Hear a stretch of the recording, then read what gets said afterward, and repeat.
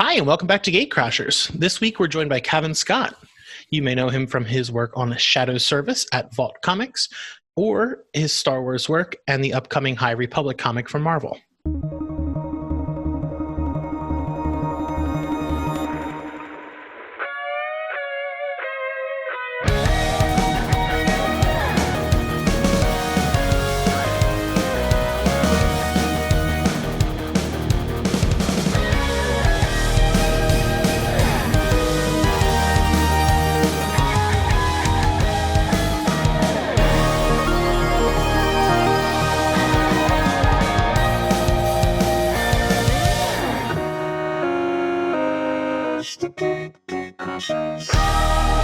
How are you? I'm doing okay, thanks. How are you? It's really early for you, isn't it, at the minute? It is. I normally record around 7 or 8 p.m. This time it is a.m. God bless the time zones, eh? Yeah. I don't even start work for another hour or so I'm totally fine. I have coffee, so that's all that really matters. That's good. See, it's 1 o'clock in the afternoon and I've got coffee. I'm not sure this is a good idea, but I'll have to stop soon. So I didn't lead with this because I wanted you to be a little unaware that I'm actually a pretty hard-hitting journalist. I always lead with my hardest question. Okay. What's your favorite sandwich? Oh, that's a very good question. I have a comfort sandwich, which is very mature cheddar cheese and pickled onions. That is my sandwich where I need comfort food. I mean, Brits have a different relationship with sandwiches to Americans. I mean, you guys go, it's like the Mona Lisa of sandwiches over there. You know, there's so much stuff in them. I mean, you have to literally spear them together sometimes with a stick. We don't have that usually. But so I have quite simple taste with sandwiches. But yeah, I'm definitely a cheese guy. And if I need comfort food, that's what I go for. Cheese and onion is where I'm at. That's such an no one has had anything near that combo, but oh, really? No, not at all. It's quite a thing over here. It was growing up. When you used to go to football matches, or soccer matches, I mean football matches as they're properly called, the pub we used to go to beforehand quite often sold cheese and onion rolls, which was literally just someone had sliced an onion and shoved it in with the cheese. I say there wasn't a lot of it wasn't the most gourmet roll in the world, sandwich in the world, but I loved that, and so yeah, it's kept with me. So yeah, definitely, if it's got cheese in it, I'm happily, and the onion just adds to it. You know, it's such a simple sandwich, but I actually am very excited to try it myself. Give it a go. I'm a huge onion person, so like having pickled onions it's like kicking it into overdrive. Yeah. Oh, and sometimes you can, if you want to get creative with it, you can, grate the cheese, put it in mayonnaise, put the onions in with the mayonnaise. There are variations. Put some lettuce in there as well. But I'm a simple man with simple taste sometimes. And Sunday night, if it's been one of those weekends, you'll usually find me in front of the telly with a cheese and pickled onion sandwich. I'm not sure what that says about me, but listen, that's the way it is. Everybody likes what they like. So before we get into a little bit about Shadow Service, there's something that I had to ask up front. What made you want to write Jaxxon of all the Star Wars characters? What made him like he's like your character because you're the person writing him? I think, someone said the other day that I've now written Jaxxon more than anyone else in the universe, and I'm not sure that's a good thing. But the reason is because he was there at the beginning of me in Star Wars, because I didn't see the films first. I read the Marvel comic first. So back end of the 70s, I'm a young kid. Marvel UK, which was a huge thing over here, used to print loads of weekly comics, which would sort of split up Marvel's monthly series from the States. And it would range from everything, from the usual superhero fare to things like Star Wars. So there was Star Wars Weekly. And I picked up the I can literally reach across my desk because it's never far away from me because I found it recently, so it's on my bookshelf. Issue 16, which was May the 24th, 1978, and it was the The first issue I picked up, it was the issue when Han gets together the team, and Jaxxon is one of them. So he's there on the cover. I knew what Star Wars was. I was too young to see Star Wars. I think I was too scared to see Star Wars because I grew up loving monsters, but I was also absolutely terrified of them. So some of the things I'd seen in Star Wars on, in stills and stuff were a bit freaky for me. So I didn't go and see the first one in the cinema. But I knew it was because obviously I had some of the toys, or my friends had the toys as well, and I had the storybook of the first film as well, which I must admit I hadn't given a lot of notice to until I picked up that issue of Star Wars Weekly, which has Jaxxon on the front cover. So for me, he was more of an impact. And that entire team that Han puts together are more of an impact than Luke and Leia, because I hadn't actually encountered them yet properly. So that was my in to Star Wars. And I then got that every week. And obviously he vanishes quite quickly. But there was part of me I was very upset when I saw Empire that he wasn't in it. And now I've been able to rectify that because from a certain point of view, the Empire Strikes Back edition, which comes out when we're recording this next week, I was able to write a Jaxxon story and put him in the movie. So I feel that 40 years ago I was very angry, and now I've been able to put that right. So yeah, he's been there all the way through. I was very upset when I found out that people didn't like him because for me, he was just there, and it got to the point when I was like, people would argue about, well, why would you have a big green rabbit? Like, why would you have a fish that's an admiral? We accept him. We love him. He's a fish in a spaceship. I can believe in Admiral Akbar. I love Admiral Akbar, but for the same reason, I love a giant green rabbit with blasters, because let's face it, what's not to love about that? That is so, like, I got the early edition of Point of View from Del Rey, but I was reading it last night and I loved it, but now knowing that, like, you got to fix what you loved is awesome. Yeah. So yeah, I mean, it was one of those moments where all the way through with Jaxxon, I've been saying they're not going to let me do this, and then they've let me do it, and that was the final one. I'm not sure where I go with Jaxxon now, because I feel like my 10-year-old or whatever it was self is now going, well done, you did it, you've done it now, you can relax, And that's also so interesting to me, because our whole show is about helping people find a place to get into things. And hearing someone who got into the Star Wars universe through the weekly is not just wild. It's like you're helping build the next part of the universe in general. So that's very cool to hear and very inspiring. It's why I love the Star Wars comics, because as I say, it was my way. I mean, Marvel UK, I was nuts for it. I don't think anyone who's not over here. I mean, Marvel weekly comics in the UK were massive. We used to have loads of humour titles growing up, and the most famous one is the Beano, which has been around sort of nearly 80 years, and they would be made up of sort of like one-page, funny stories with recurring characters. Then you'd have things like 2000 AD, which gave us Judge Dredd. And you'd have Marvel UK. Now, there was DC stuff, but I didn't really know DC at the time because they didn't have the same reach over here, because Marvel UK just pumped these things out every week. And the clever thing they did, moving from the 70s into the 80s as well. So in the back of Star Wars Weekly, you had Star-Lord, because it had the word star in the title. When you got to Transformers UK, the weekly, which was a massive part of if you're a Transformers fan, you've probably seen some of the stuff that's come out of the Transformers Weekly, because they ran out of pages to reprint because it was so popular. So they had to put stories in between the American editions, which has led to loads of the canon. In the back of Transformers, they had Machine Man, because he's a machine, right? And so there was all these backup strips which introduced me to areas of the Marvel universe which were probably not, let's face it, Machine Man, great though he is not up there as an A-lister.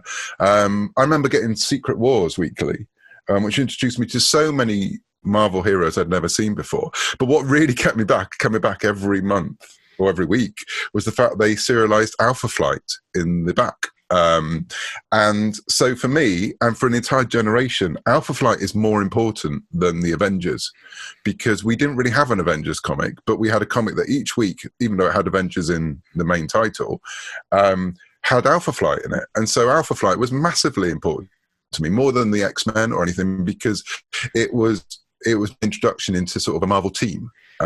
Because the comics I've been reading up to them were things like Spider-Man, which were more of obviously an individual hero.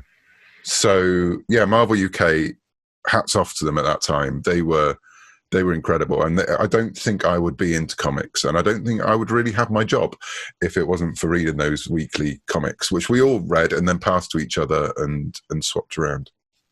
That's such an interesting point of view, because I've only really spoke to people in the US who dealt with comics and how they got into it, but seeing the serialized versions is awesome, just because I know it's kind of making a comeback with different anthologies and stuff like that. And I know I mean, I'm a massive fan of those. I mean, yeah, so you can imagine it was like, so yeah, it split things, in half, literally. So you get 10 pages of Spider-Man, and then you would get a backup of something from like the Hulk or the Thing or Marvel 2-in-1s or something, which would again be split as well. When they did Secret Wars, I mean, that went on for years over here, because obviously they serialized the original Secret Wars, and then when it got to Secret Wars 2, they serialized Secret Wars 2, and they serialized all the backups as well, and all the tie-ins. So you suddenly had...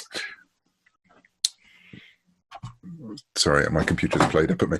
You suddenly had a couple of issues of Iron Man or Power Pack or and then go back to the next issue of Secret Wars. It was a really clever way of doing it. And so suddenly we were all dropped into the Marvel universe in a way that didn't really exist with the DC side of things. I had to go and find DC. I had to find comic stores to actually find the DC universe, which in its way made that quite an interesting way in, because it became something that lots of people knew about Marvel in the UK, but the DC universe was a bit more of a mystery unless you went and found it. So yeah, it was a really interesting way to get into superhero comics. Yeah, and I'm glad that you stuck around, and now you're kind of one of the people creating it, which is awesome. So I wanted to chat a little bit about Shadow Service. Yes. As I was reading it, the first couple of pages feel like this modern noir story. I'm like, oh, like she's in this bar. This is going to be kind of hard boiled. And then she goes out into the alley and meets Eddie. And Eddie is a talking rat. Was this a sudden shift intentional for you? Just to introduce your world and kind of flip things on its head? Oh, absolutely. Yeah, I'm a huge fan of your sort of Neil Gaiman-esque, neverwhere kind of stories. I think they're a massive part of British fantasy, and definitely a part of my upbringing and getting into fantasy and horror were those kind of Hammer House of Horror type anthology shows and things like that, where you have the mundane and the horrific or the fantastic operating side by side, and Doctor Who as well. I mean, I grew up in the 70s, so obviously was a massive Star Wars fan, but you had by law to be a massive Doctor Who fan as well in the 70s. And in the 70s, Doctor Who was largely about, things that shouldn't be scary being scary, because, that when Doctor Who is the best, it's where shop dummies are aliens hiding to get you and things like that. So yeah, it's definitely stuck with me, and was a massive influence. There was another, again, I talked about the weeklies. There was a 2000 AD alike for horror called Scream, which didn't last that long. It got into lots of trouble with controversy about its content. But part of that, one of the strips in that was the Dracula file, which was a modern day Dracula story where Dracula comes over to the UK, a KGB agent goes to his superior and said, shouldn't we warn the British that the Lord of Darkness is there? And they go, well, no, don't be stupid. He's going to destroy them all. Fantastic. And so the KGB agent defects so he can come and track down Dracula, and I read this every week and I absolutely loved it, and it had a major influence when I was putting together stories which eventually became Shadow Service. The funny thing is that this year I've written the sort of conclusion to Dracula Files for Rebellion, for a Scream revival, and so it's all come about full circle while I've been writing Shadow Service, which is quite odd, really. That's wild. You're really taking all of your things that you loved as a kid and you're just driving them home. Oh, absolutely. My to-do list is exactly the same as when I was 10. And may that continue. And I think, especially when you're writing things like Star Wars, or, you know, when you're doing something that's obviously a little bit more adult like Shadow Service, you've got to tap into that, because that's where you get excited. And I think most geeks like us are the most excited when we remember what it's like to be excited as a kid. And it doesn't matter what your content you're consuming, and how, you know, adult or not that content is. It's that excitement you have of the next issue of a comic or a film coming out or the latest toy coming to the local toy store.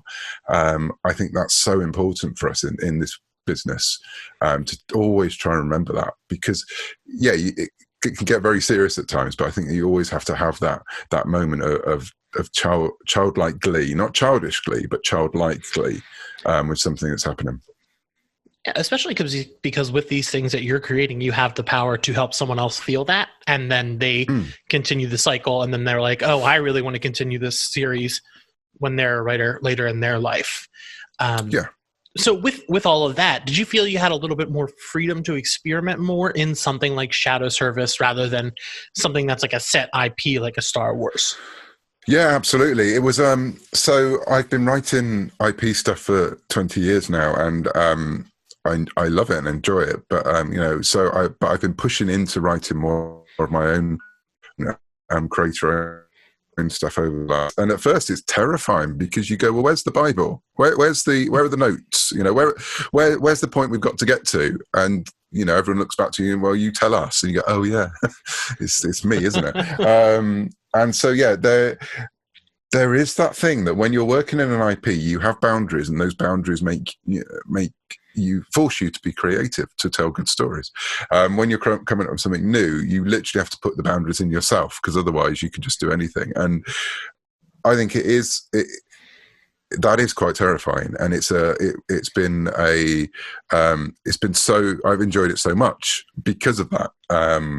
And yeah, I mean, I've tried to put boundaries in myself, because otherwise I think I'd go too far off any kind of road.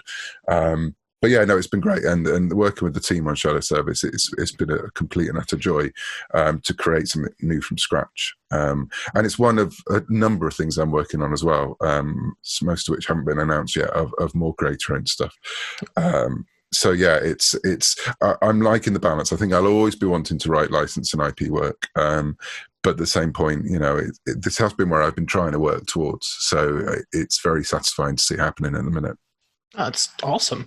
And with that ability to kind of do your own thing, what kind of research did you put behind Gina's powers? Just because, to me, someone who doesn't understand magic or even go towards it, it seemed like, quote unquote, realistic for like a power. Okay. Yeah, I mean, again, it's all getting back to my to-do list. I've been obsessed about folklore and all of these things for years.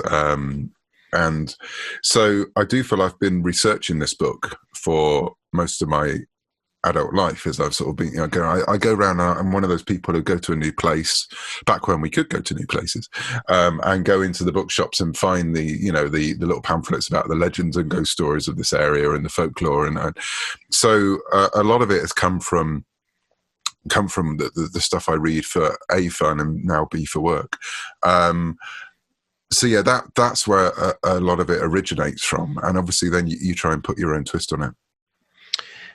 So in the story, there's section 626, MI 666, and it seems intentional that they're not really seen as just outright good guys. No. What made you want to make that sort of ambiguous with how they operate?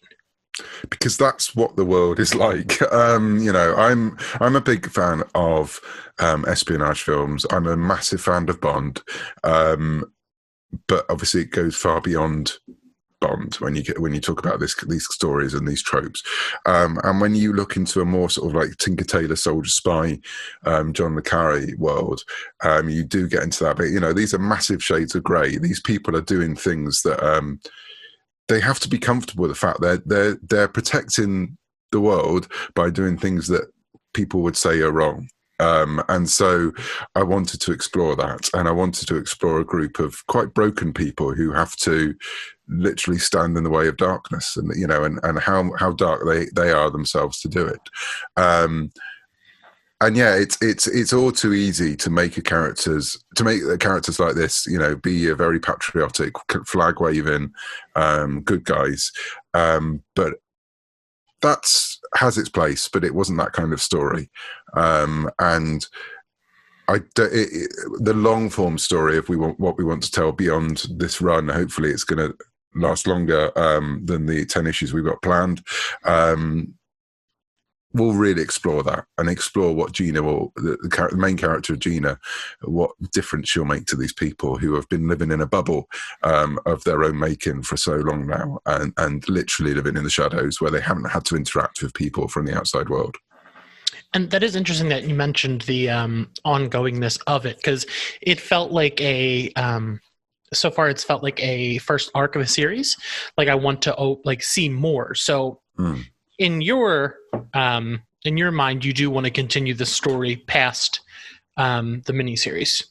Yeah. So we have 10 issues planned at the minute, and then it is a case of seeing how it goes. And I am in the process of writing issue 10 at the minute, and it's going to be the kind of thing where it will tell a story that will be complete, but then it's going to have lots of questions that hopefully will lead our stories. It's not a story that I think will run indefinitely. If it succeeds in that way, we have a definite end in mind. But we definitely hope that there's going to be a longer road to get to that point.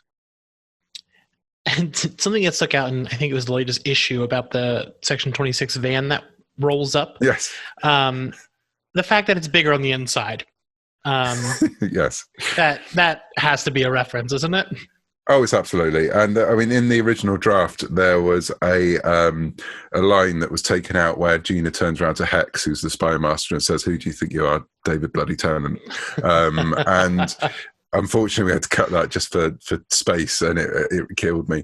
But yeah, no, it's absolutely. I mean, again, you look at the John Constantine TV show they did, as part of the Arrowverse thing.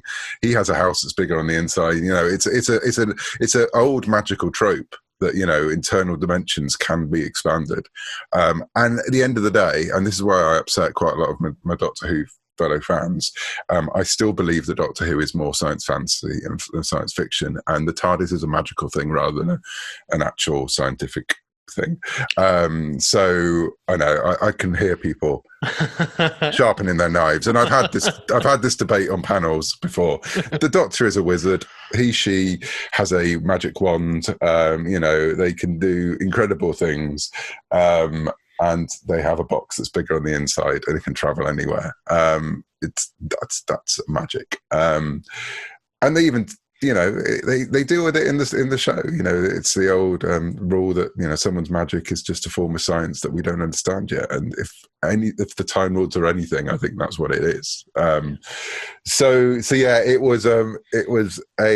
is a bit of a tip of a hat to it that where I came from, the first stuff I started to write with Doctor Who, and I'm glad people are taking for it in the spirit that it's meant, and it will hopefully, as time goes by, be a location we're returning to, and there are in-story ramifications for the place as well. So yeah, it is a bit of a tribute, but when you're writing these things, you've got to have.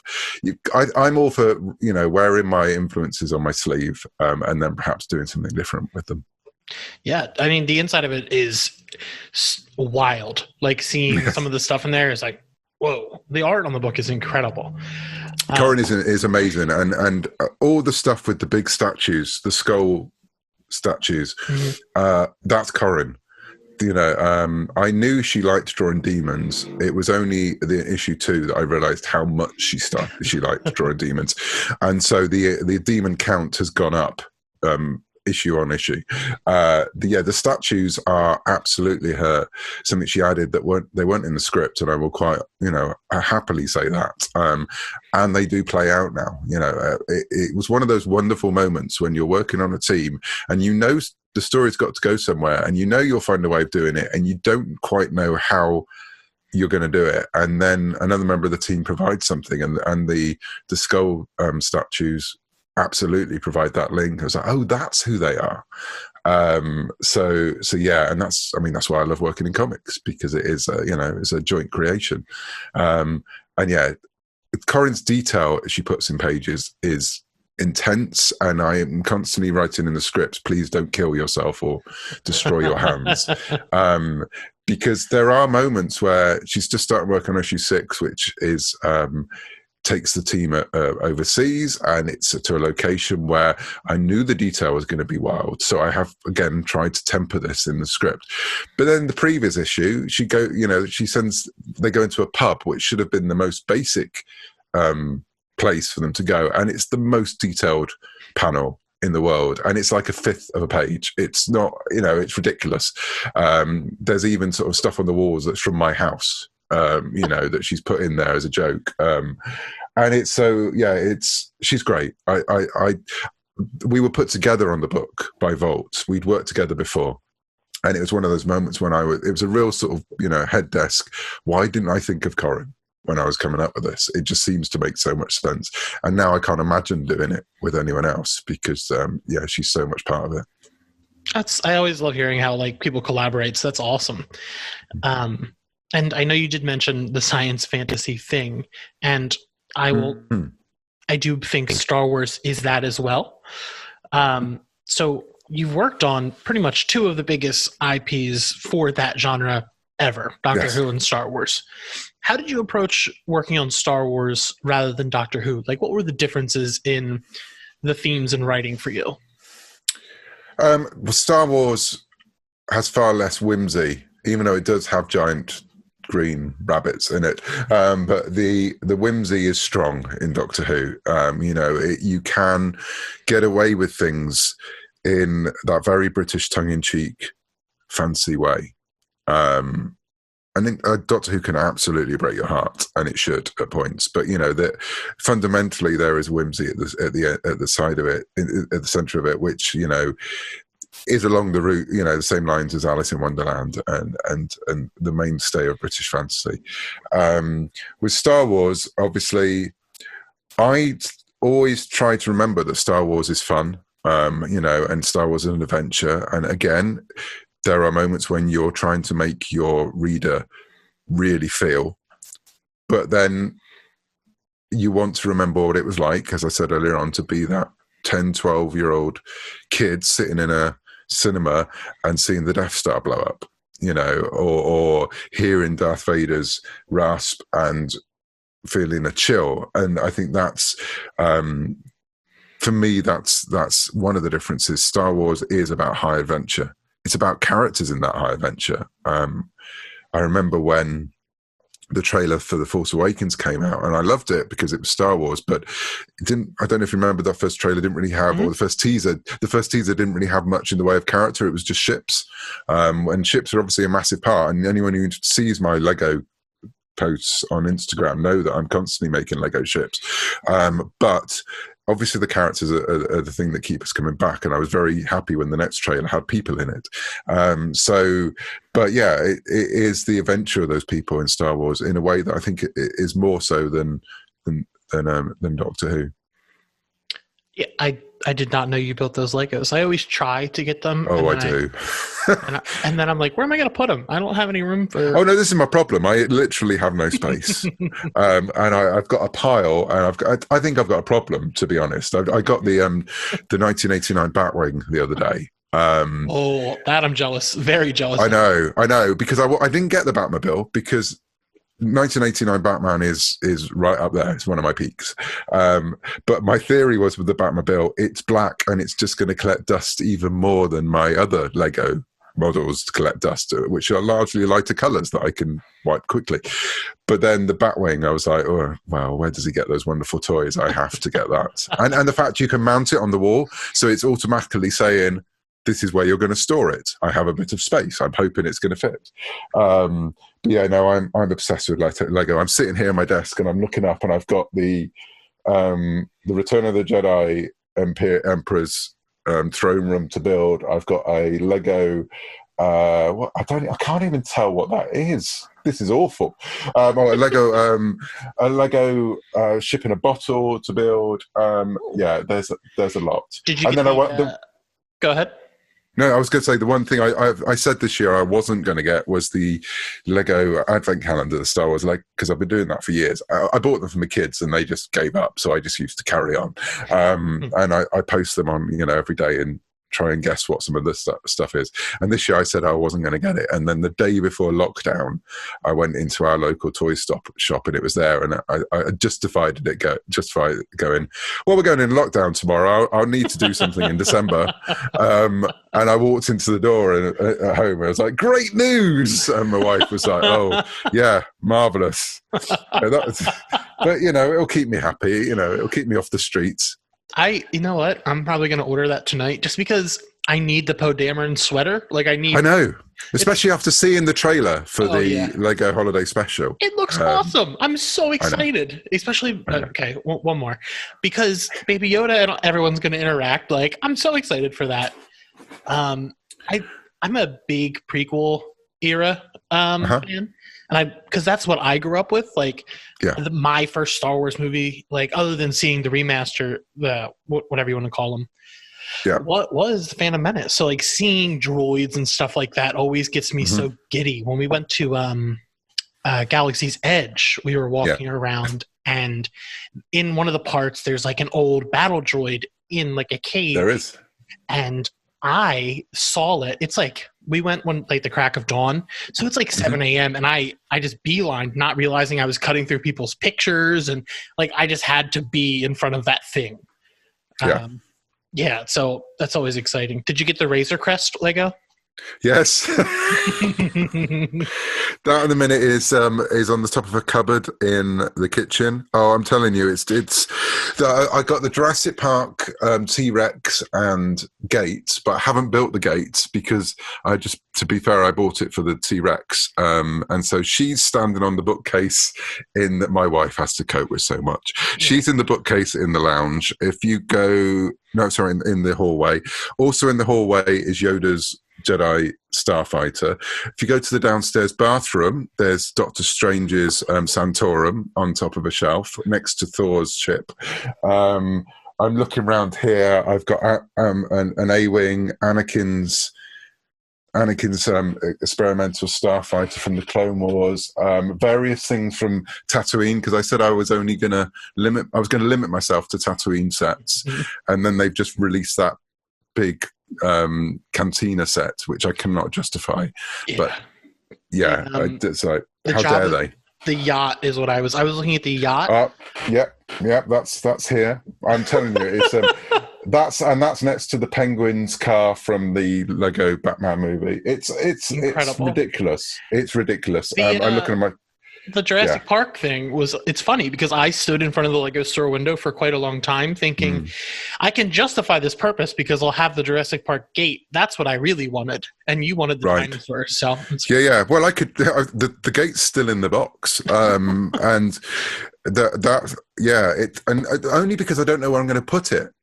That's the thing. I bought, it's an obsession. It's, I don't have many these days, and but the 1966 Batcave that now lives in the loft because I had to remove it to put something else up there. Got to remove furniture. It was You go up in the loft. You go up the loft hatch, and there's a little shelf, and the 1966 Batcave looks back at you. And so, yeah, it's going to be. If I bring too much more into the house, I think my wife is going to start legal proceedings. Well, but, yeah. I mean, yeah. Yeah. So moving on from Lego, sorry. No, it's fine. With the modern Star Wars, we're kind of exploring a lot more genre stuff with the different fiction. And I know you've done the Vader's Castle stories, which have more of like a horror aspect to them. How do you do horror for a young reader as opposed to something like Shadow Service, which has a lot of horror elements with being able to have a lot more gruesome art? How do you balance those? Well, I think the first bit there is, we can go full out gore in Shadow Service. I'm not saying Shadow Service is a proper Fangora gore fest, but it borders on. Mainly because again, it's something that Corinne absolutely loves, and something. So if I put anything in that's in any way gory, she will turn it up to 11. And so I'm leaning into that more and more. With Star Wars, I think the important thing is with all the IDW stuff, and for the people who don't know, I've been writing sort of Star Wars Adventures for IDW as well for the last few years, which is their all-age book. And I think that's the important thing, is that they're not. People look at the IDW Star Wars stuff and think, oh, that's the kids' comics. And yeah, kids can read them, but that's not really the point. The point is they are supposed to be all ages. They're supposed to be stories that, anyone can read. And absolutely, when we were given the go-ahead to do the first Vader's Castle miniseries, I made it clear that I wanted it to be something that was, proper horror, he says, doing inverted speech marks, within, within that all-age market. Because again, I think this is something from my history and something from Brit literature, is that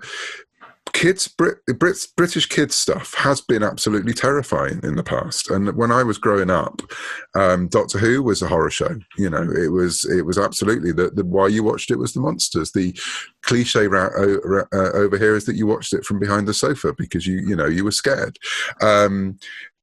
We used to have choose your own adventure books called Fighting Fantasy, which was set in a sort of like Dungeons and Dragons-esque world that were absolutely terrifying. I mean, the illustrations in that for a kid's book were hanged people talking, and the TV at the time, there was kids shows which were about standing stones and children's stones, the one I'm thinking of, and people were turning into monoliths and stuff. And yeah, kids stuff was scary, and I'm a big believer in that. I don't know necessarily if it's translated across the Atlantic sometimes, but I was convinced that if we did Vader's Castle, there had to be elements in there. While you would not absolutely try and traumatize a child who was reading it, you still want to challenge them, and I think that's why Vader's Castle has been the success it's turned into.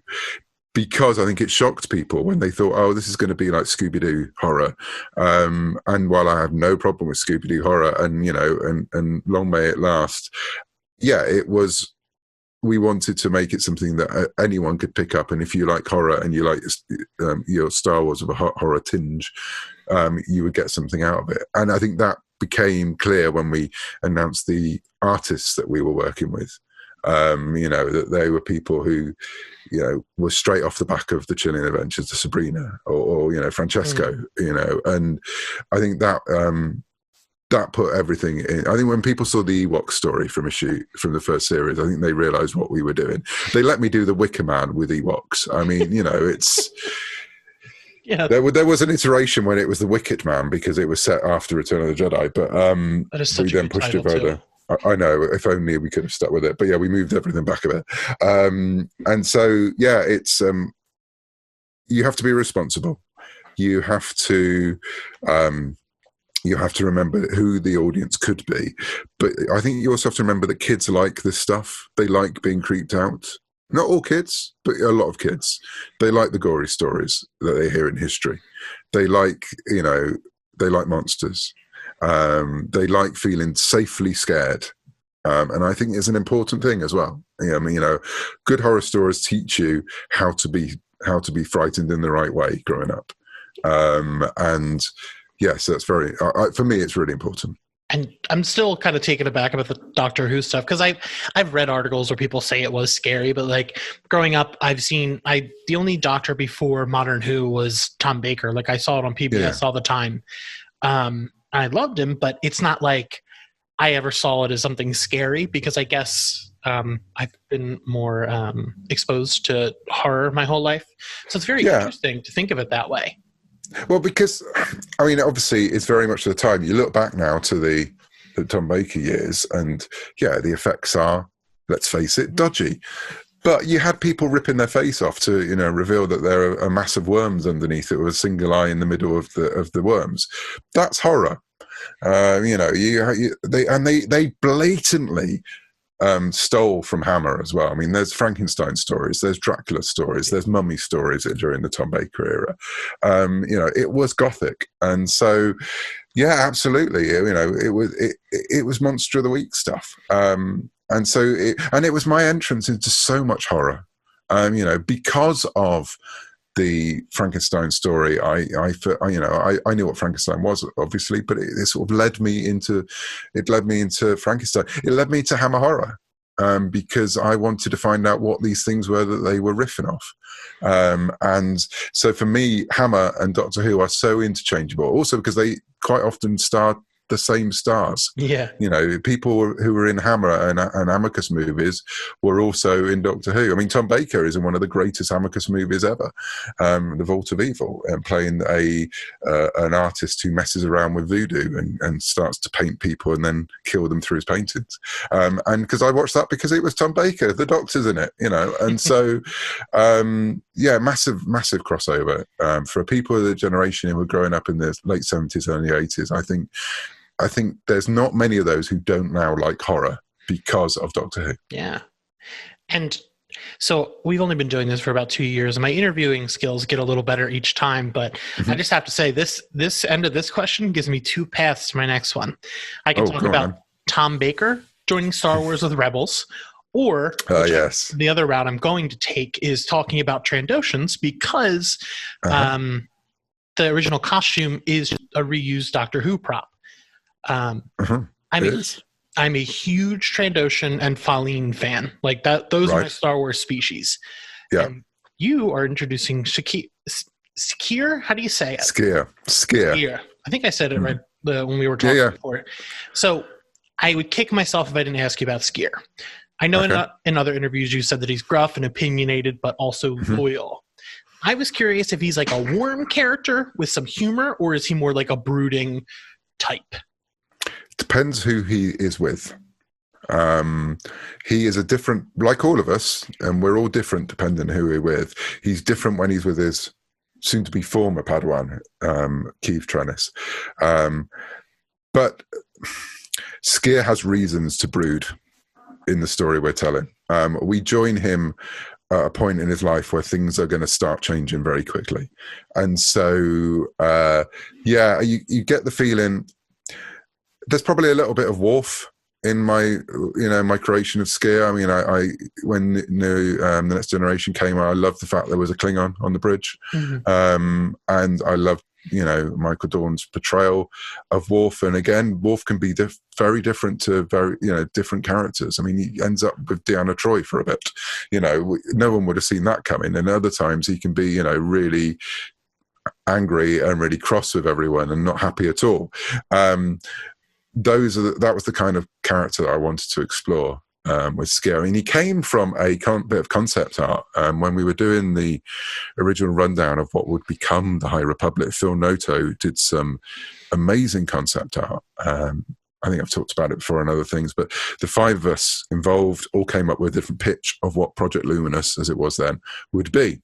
And one of those was my one, which is what became the High Republic, which is then we sort of pulled apart and put back together as a group, bringing bits from everyone's pitches and putting it into that original pitch.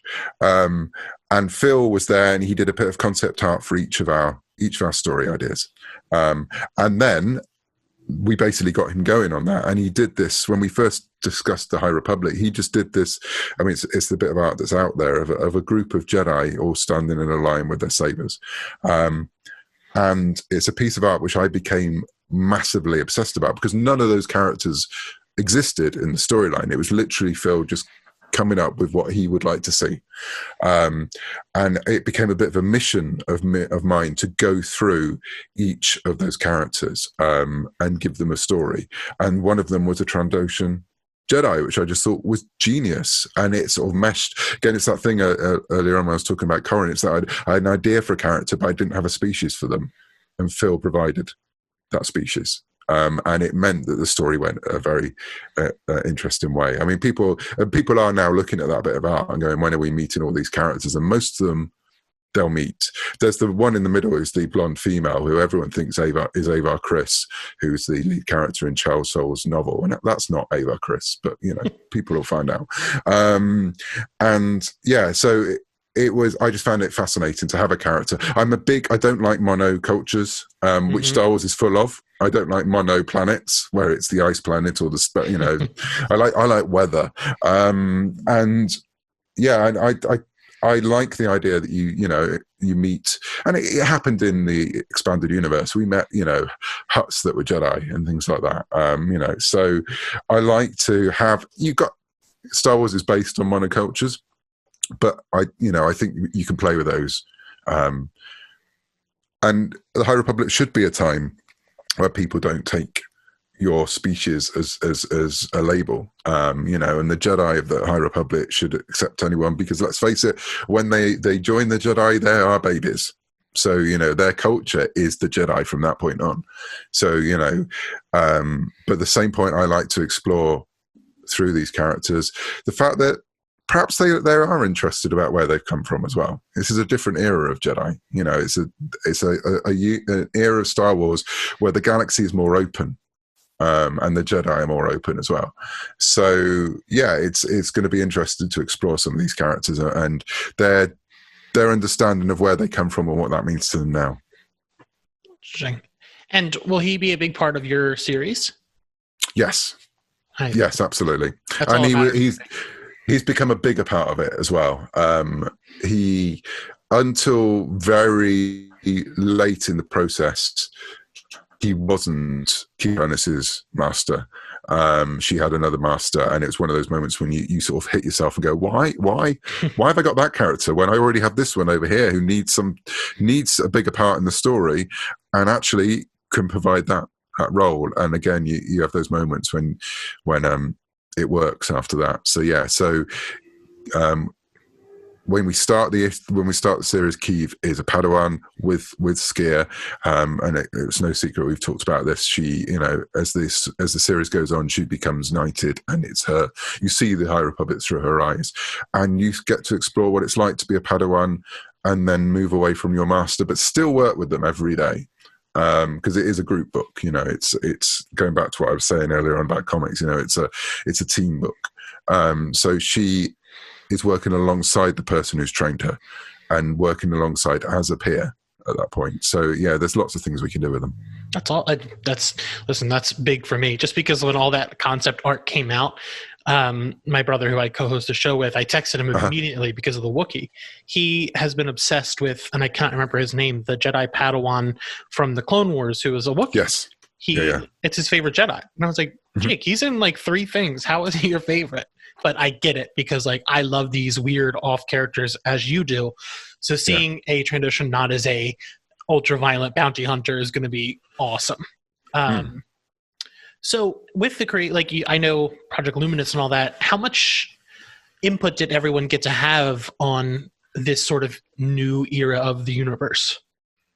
Oh, absolutely loads. I mean, it was amazing how much leeway we were given in those early days to just create. And obviously then you have to rein stuff in, because it is part of the universe and part of the galaxy. So there are other things happening in Star Wars that, you have to then go, well, we could do that, but to be fair, that's happening in The Mandalorian, or this is happening over there. And so you have to temper what you're doing, so you're part of the bigger story. But it was those opening days when we were over at Skywalker Ranch. It was the 5 of us, 5 Lucasfilm calls us the story architects, which is a phrase I railed against at first. It's like, I'm just a storyteller, but we did.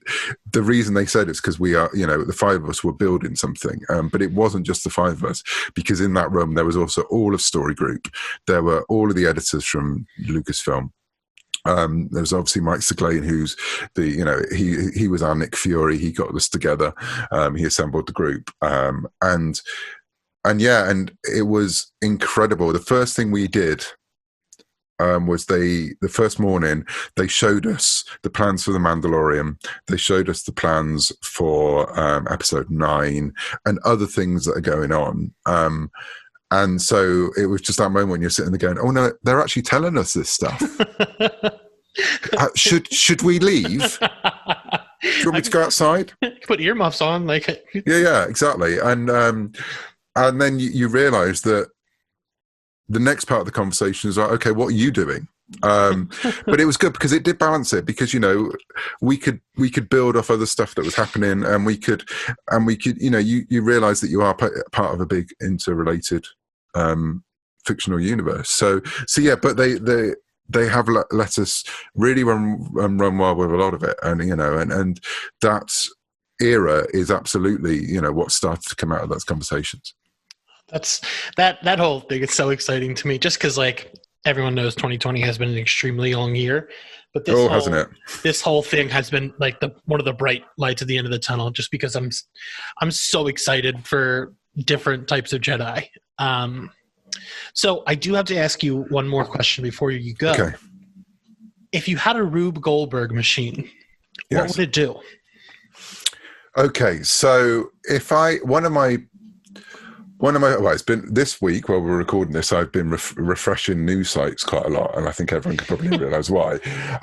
But I think what I would need is something to stop me hitting my email button to see if I've got any new emails when I'm working, or Twitter, or I've removed all notifications from my computers, my phones, my iPads and everything. So I'm very much of the belief that when you work on something and you're writing something, you should shut yourself off, shut the door virtually and physically.